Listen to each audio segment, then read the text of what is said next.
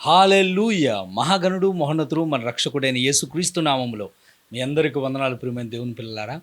ఈ వీడియోలో చాలా ప్రాముఖ్యమైన విషయాలు నేను మీతో పంచుకోవాలని ఆశపడుతూ ఉన్నాను. దయచేసి ఈ వీడియోని ఎక్కడా కూడా స్కిప్ చేయకుండా పూర్తిగా చూడండి. యేసుక్రీస్తు చరిత్రలో లేడు.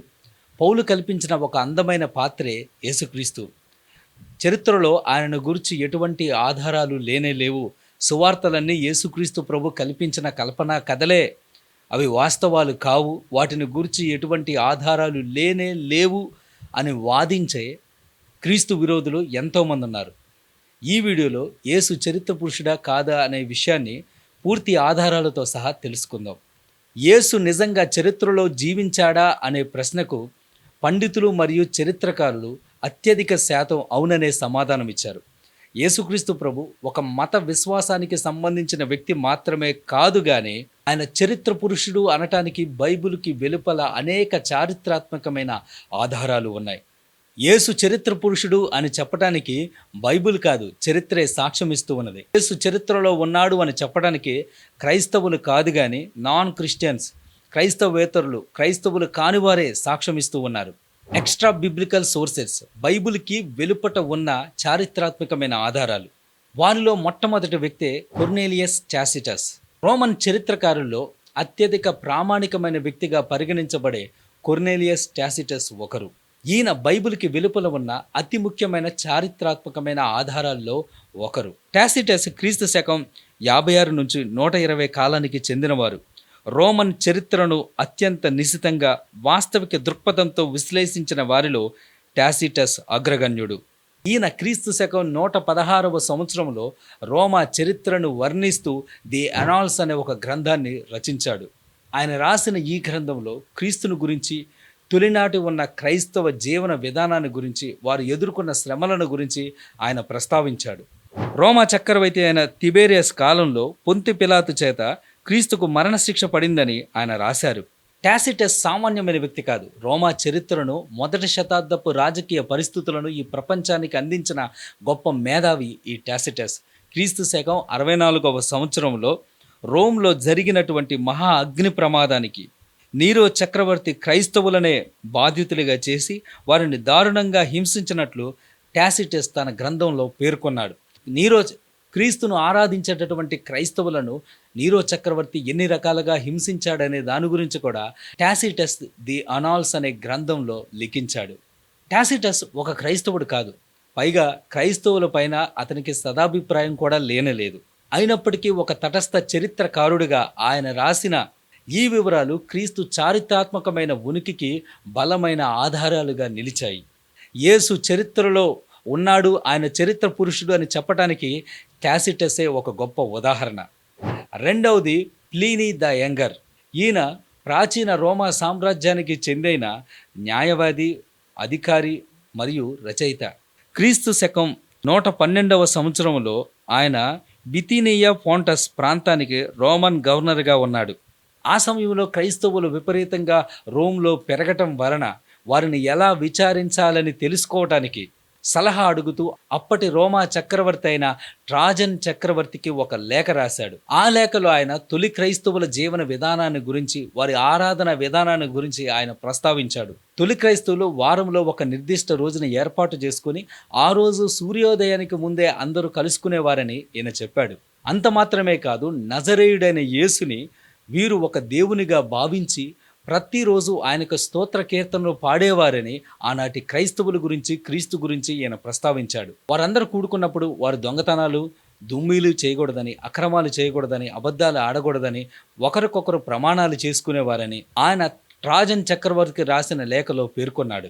ప్లీనీ ద యంగర్ అనే వ్యక్తి క్రైస్తవుడు కాదు, పైగా రోమన్ దేవుళ్లను ఆరాధించని క్రైస్తవులకు మరణశిక్షను విధించినటువంటి అధికారి అయినప్పటికీ కూడా ట్రాజన్ చక్రవర్తికి ఆయన రాసిన ఆలేఖలు యేసుక్రీస్తు ప్రభు చరిత్రలో ఉనికిలో ఉన్నాడని, మొదటి శతాబ్దంలో ఉన్న క్రైస్తవులు ఆయనను దేవునిగా ఆరాధించేవారని చెప్పటానికి బైబిల్కి వెలుపలున్న అత్యంత చారిత్రాత్మకమైన ఆధారాల్లో ఇవి కూడా కొన్ని. స్వెటోనియస్. ఈయన రోమా సామ్రాజ్యానికి చెందిన ప్రముఖ చరిత్రకారుడు మరియు గ్రంథకర్త. ఈయన క్రీస్తు శకం 69 నుంచి 122 వరకు జీవించాడు. ఈయన రోమన్ చక్రవర్తుల యొక్క వ్యక్తిగత జీవితాలను, వారి పరిపాలనా విధానాలను గురించి, వారి సామ్రాజ్య విధానాలను గురించి గ్రంథస్థం చేసిన రచయితల్లో ఈ వ్యక్తి ప్రసిద్ధి చెందినవాడు. క్లాడియస్ చక్రవర్తి పరిపాలనా కాలంలో రోమ్ నగరంలో యేసుక్రీస్తు బోధల వల్ల యూదుల మధ్య నిరంతరం గొడవలు అల్లర్లు జరుగుతున్నాయని, అందువల్ల చక్రవర్తి యూదులందరినీ రోమ్ నగరం నుంచి బహిష్కరించాడని ఈ వ్యక్తి రాశాడు. ఆశ్చర్యకరమైన విషయం ఏంటంటే, ఈయన కాలంలో జరిగిన చారిత్రాత్మకమైన విషయాలు బైబిల్ గ్రంథంలో అపోస్తుల కార్యములు 18వ అధ్యాయంలో ప్రస్తావించబడ్డాయి. క్లాడియస్ చక్రవర్తి ఆజ్ఞ వల్లనే అకుల్లా ప్రిస్కిల్లాలు రోమ్ను విడిచి ఇటలీకి వెళ్ళారని దేవుని వాక్యంలో మనం చూస్తూ ఉంటాం. ఈ వ్యక్తి కూడా క్రైస్తవుడు కాదు. ఇతను క్రైస్తవ భావజాలానికి వ్యతిరేకమైన వ్యక్తి. ఈయన తన గ్రంథంలో యేసుక్రీస్తు ప్రభు చరిత్ర పురుషుడని, ఆ సమయంలో అంటే ఏనున్న సమయంలో క్రైస్తవ్యం విస్తరించిందని తన బుక్లో రాశాడు. 4వది ఫ్లేవియస్ జోసిఫస్. ఈయన 1వ శతాబ్దానికి చెందిన ప్రసిద్ధి చెందిన యోధా చరిత్రకారుడు. ఈయన రాసిన యాంటిక్విటీస్ ఆఫ్ ది జ్యూస్ అనే గ్రంథంలో క్రీస్తు గురించి ప్రస్తావించాడు. యేసు ఒక బోధకుడని, ఆయన్ను నమ్మిన వారు జెరూసలేములో అనేకులు ఉన్నారని, పొంతు పిలాతు ఆయన సిలువ వేసి చంపాడని రాశాడు. యేసు సహోదరుడైన యాకోబు గురించి కూడా ఈయన ఆసక్తికరమైన విషయాలు రాశాడు. యేసుక్రీస్తు ప్రభు చరిత్రలో ఉన్నాడని, ఆయన బాప్తిస్మిచ్చి యోహాను చేత బాప్తిస్మం తీసుకున్నాడని, పిలాతు చేత సిలువ వేయబడి చంపబడ్డాడని దాదాపు పురాతన చరిత్రను అధ్యయనం చేసిన ప్రతి చరిత్రకారుడు కూడా సాక్ష్యం ఇచ్చారు. ఇంకా 5వది ప్రపంచ ప్రఖ్యాతిగాంచిన నాస్తికుడు, చరిత్రకారుడు హెచ్జి వెల్స్. చరిత్రకారుడు మరియు సైన్స్ ఫిక్షన్ రచయితగా ప్రసిద్ధి చెందిన హెచ్జి వెల్స్ దేవుణ్ణి నమ్మని ఒక గొప్ప నాస్తికుడు. ఆయన చరిత్రను విశ్లేషిస్తూ ఇలా అన్నాడు: నేను ఒక చరిత్రకారుణ్ణి, నేను విశ్వాసిని కాను. కానీ ఒక చరిత్రకారుడిగా నేను ఖచ్చితంగా ఒప్పుకోవలసిన వాస్తవం ఏమిటంటే, నజరేతుకు చెందిన యేసు ప్రపంచ చరిత్రకే కేంద్ర బిందువు అని ఆయన క్రీస్తు గురించి సాక్ష్యం ఇచ్చాడు. బాటెర్మన్ ప్రపంచంలోనే అత్యంత ప్రసిద్ధి చెందిన నాస్తికుల్లో బాటెర్మన్ ఒకరు. బాటెర్మన్ కొత్త నిబంధన చరిత్ర మీద ఎంతో పట్టుగలిగిన పండితుడు మరియు నాస్తికుడు. ఆయన యేసుక్రీస్తు ప్రభు యొక్క ఉనికిని గురించి ఇలా చెప్పాడు: యేసుక్రీస్తు చరిత్రలో ఖచ్చితంగా ఉన్నాడు. ప్రాచీన చరిత్రను అధ్యయనం చేసే దాదాపు ప్రతి పండితుడు, వారు క్రైస్తవులైనా కాకపోయినా, ఈ వాస్తవాన్ని ఏకగ్రీవంగా అంగీకరిస్తారు అని క్రీస్తు యొక్క ఉనికిని గురించి బాటెర్మన్ సాక్ష్యం ఇచ్చారు. ఇలా ప్రపంచంలో క్రీస్తుని ఎరగనటువంటి గొప్ప గొప్ప నాస్తికుడే యేసు అనే వ్యక్తి చరిత్ర పురుషుడని, ఆయన చరిత్రలో ఉనికి కలిగి ఉన్నాడని, నజరేతులో నివసిస్తూ అనేక గొప్ప అద్భుత ఆశ్చర్య కార్యములు ఆ చుట్టుపక్కల గ్రామాల్లో జరిగించాడని వారు ఒప్పుకున్నారు. క్రీస్తుని గురించి ఆనవాలు చరిత్రలో ఎన్నో ఉన్నాయి.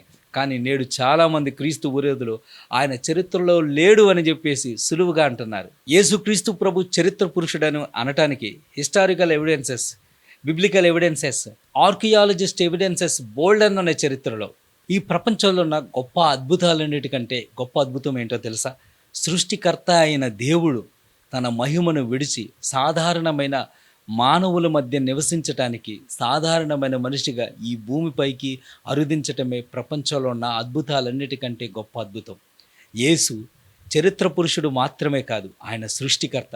ఆ సృష్టికర్తే మానవ అవతారం ధరించి వాక్య రూపంలో శరీరధారిగా మన మధ్య 33.5 సంవత్సరాలు నివసించాడు. అందుకు చారిత్రాత్మకమైన ఆధారాలు ఎన్నో ఉన్నాయి. ఈరోజు నేను ప్రకటిస్తున్న ఈ యేసుక్రీస్తు ప్రభు నిజమైన దేవుడును, నిత్య జీవమును. క్రైస్తవులు, క్రైస్తవేతరులు మనుషులు కాదు, చరిత్రే ఆయన చరిత్ర పురుషుడని సాక్ష్యం ఇస్తూ ఉన్నది. 2000 సంవత్సరాల క్రితం ఆయన భూమి మీదకు వచ్చి ఆయన భూమి మీద నివసించాడు. కానీ పర్వతములు పుట్టక మునుపు నుంచే ఆయన ఉన్నాడు. భూమికి పునాది స్థాపించబడక మునుపు నుంచే ఆయన ఉన్నాడు. ఈ సృష్టి సృష్టించబడక మునుపు నుంచి కూడా ఆయన ఉనికి కలిగి ఉన్నాడు. పురాతన కాలం మొదలుకొని శాశ్వత కాలం వరకు ఉనికిలో ఉన్న అద్వితీయుడైన దేవుణ్ణి మనం కలిగి ఉన్నాము అన్న సంగతిని మీలో ఎవరు కూడా మరవద్దు. యేసు నిజంగానే చరిత్ర పురుషుడు. బైబిల్లో ఆయన గురించి చెప్పిన ప్రతి మాట కూడా సత్యమైనది, అది వాస్తవమైనది. ఆయన 2వ రాకడ కూడా వాస్తవమైనది. ఆయన 2000 సంవత్సరాల క్రితం ఈ భూమిపైకి వచ్చి ఈ భూమి మీద 33.5 సంవత్సరాలు జీవించాడనేది ఎంత వాస్తవమో, మరలా ఆయన మేఘారూఢుడై తన రెండవ రాకలో తిరిగి రాబోతున్నాడనేది కూడా అంతే వాస్తవం. ఆయన మొదటి రాకకు ఎన్నో చారిత్రాత్మకమైన ఆధారాలున్నాయి. ఆయన రెండవ రాకడకు కూడా ఎన్నో గొప్ప వాగ్దానాలున్నాయి. అవన్నీ కూడా సత్యమైనవి. మొదటి రాకను మనం వ్యక్తిగతంగా కన్నులారా చూడలేదు. ఆయన రెండవ రాకడలో ఆయనతో కలిసి నీవు ఎత్తబడాలంటే ఈ యేసుక్రీస్తు ప్రభుని నీ సొంత రక్షకునిగా అంగీకరించాల్సిన అవసరత నేడు ఎంతైనా ఉన్నది. ఈ యేసుని మీ యేసుగా చేసుకుంటే ఆయనతో కలిసి నిత్యత్వంలోనికి మీరు ఎత్తబడతారు.